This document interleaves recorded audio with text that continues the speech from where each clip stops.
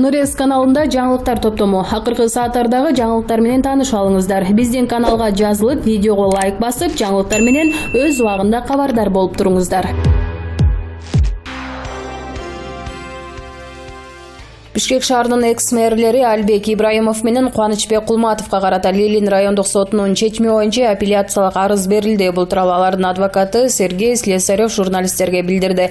Анын айтымында жактоочуларда айыпталгандарда сот чечими менен макул эмес. 23 декабрда Бишкектин Ленин райондук соту мурдагы мэрлер Албек Ибраимовго жана Кубанычбек Кулматовго өкүм чыгарган. Ага ылайык Албек Ибраимов 15 жылга кесилип, Кубанычбек Кулматов 5 миллион сом айып пул төлөөгө милдеттендирилип, абактан бошотулган.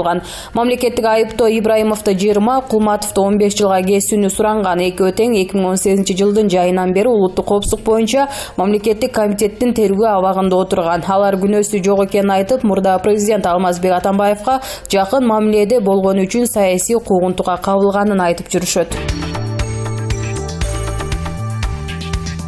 Чүй облусуна караштуу Эркинсай айылында белгисиз жарандар жаш балдарды уурдоого аракет кылышкан. Бул тууралуу факт KG'ге жергиликтүү тургундар билдирди. Алардын айтымында окуя кече 22 январда болгон. Белгисиз эркек кишилер кичинекей кыздарды күчкө салып, автоунаага отургузууга аракет кылышкан. Чүй облусунун ички иштер башкы башкармалыгы факт KG'ге билдиргендей, окуя такталууда. Окуянын чоо жайы боюнча кошумча маалымат берилет. Белгилүү болгондой, 2019 жылы мектепте чогултуп жаткан акчалар боюнча чоң чыр болгон. Натыйжада көп мектептерде акча чогултулуу токтотулуп, же болбосо чогулткан акчага отчет берип, иштер оң жагына бурулду эле. Бирок жаңы жылдан кийин акча чогултуулар кайра башталып жатыптыр, деди бүгүн 23 январ күнү Жогорку Кеңештин кезектеги жыйынында депутат Алтынбек Жунус уулу. Депутаттын айтымында чогултулган акчалар балдардын билим алуусуна жумшалбай, кээ бир мектеп директорлору өздөрүнө алгандыктан ата-энелердин нааразычылыктары жаралып жатат. Депутат бул маселе боюнча өкмөт өзүнүн так позициясын айтып коюшун суранды. Өлүм жазасы дүйнөдөгү бир катар мамлекеттерде дале колдонулат. Бул тууралуу Жогорку Кеңештин депутаты Исхак Масалиев билдирди. Акыркы жылдары бизде үй бүлөлүк зордук, зомбулук чектен чыгып кетти. Өзүнүн кичинекей балдарын зордуктаган аталар көбөйдү. 2020 жылдан тартып конституцияны өзгөртүүгө биздин укугубуз бар. Мен өкмөттөн суранат элем, мына ушундай кылмыштар үчүн өлүм жазасын кайтарып бергиле, сунуштагыла. Андайларды абакта бир топ жыл багып, карагандын зарылчылыгы жок. Өз баласын зордуктагандар адам эмес, айбан, деди эл өкүлү Масалиев. Казакстандын мурунку президенти Нурсултан Назарбаевдин небереси Айсултан Назарбаев социалдык тармактагы баракчасына сенсациялык ачылыш жасады. Ал Назарбаевдин небереси эмес, уулу экенин жазып чыкты. Мен апам чоң атамды кайрымакка илген, анткени мен анын уулумун, деп жазган Айсултан. Билдирүү батиле талкууга түшүп, айрымдар Айсултан Баңгизаттын таасиринен ушундай сөздөрдү жазып жатат дешсе, айрымдар апасы Дарига Назарбаева мурунку президенттин өзүнүн кызы эмес деп жоромолдошууда. Айсултан ага чейин жакын арада алар мени өлтүрүүгө же психологиялык жактан оорулуу экенимди далилдөөгө аракет кылышат, же менин атамдай кылып камерада асып коюшат деген билдирүү калтырган. Эске салсак, Айсултан көп жылдан бери Баңгизатты колдонуп келери белгилүү. Былтыр Лондондогу өзү жашаган мейманкананын балконунан секирүүгө аракет кылып, полиция кызматкерлери сактап калышкан. Нурсултан Назарбаевдин кызы Дарига Назарбаева Рахат Алиевке турмушка чыгып, Нурали Айсултан аттуу эки уул Венера деген кыздуу болушкан. Рахат Алиев кайнатасы Нурсултан Назарбаевди сындап баштагандан кийин анын үстүнөн адамды уурдоо жана башка кылмыштар боюнча иш козголуп, Рахат мырза Европага качууга үлгүргөн. Акыры ал Австрияда колго түшүп соттолгон. 2015 жылы Алиевдин жансыз денеси камерада асынган абалда табылган.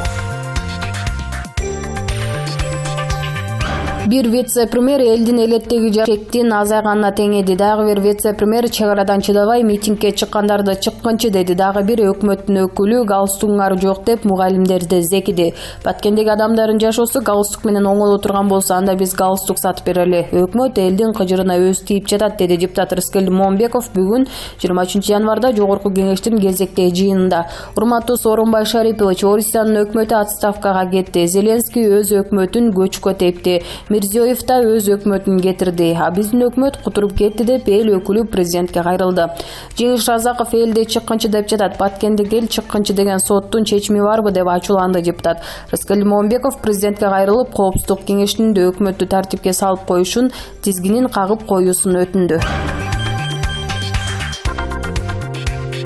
Баткен облусунун Бужум айылында жоокердин жарадар болгонун 23 январда генералдык штаб билдирди. Кырсык аскерлик машыгуунун түнкү атышуу учурунда болгон.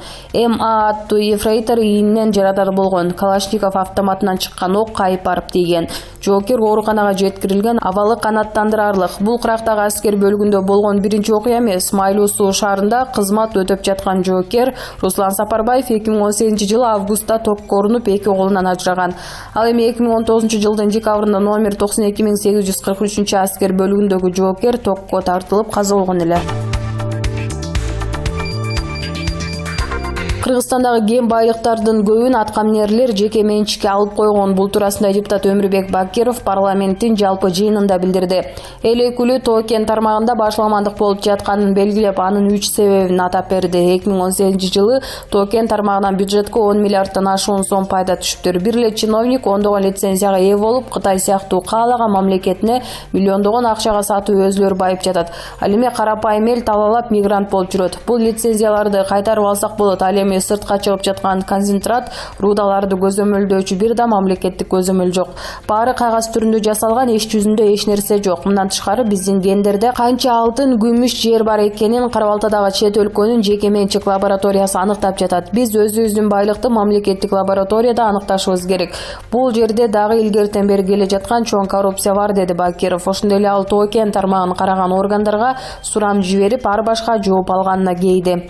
Сыртка канча руда, канча концентрат чыгып жатат деп сурасам, ар кимиси ар башка маалымат берди. Бирөө 2019-жылы 11 мамлекет сыртка ташып кеткен десе, экономика министрлиги 3 компания дейт.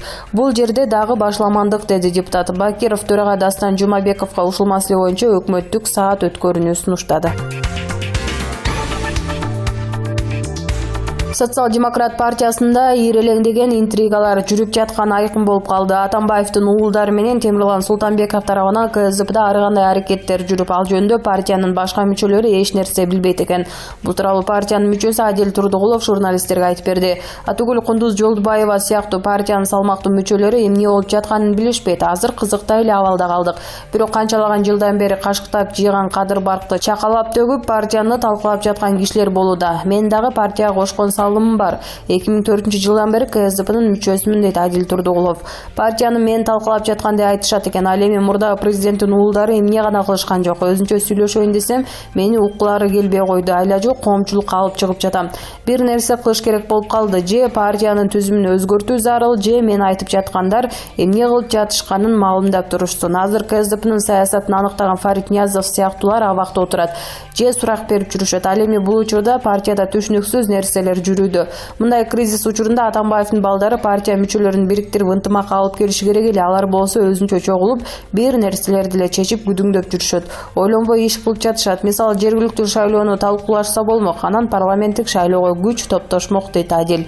Ошону менен бирге Темирлан Султанбековдун аракеттери жөнүндө да азын улак мындай деди.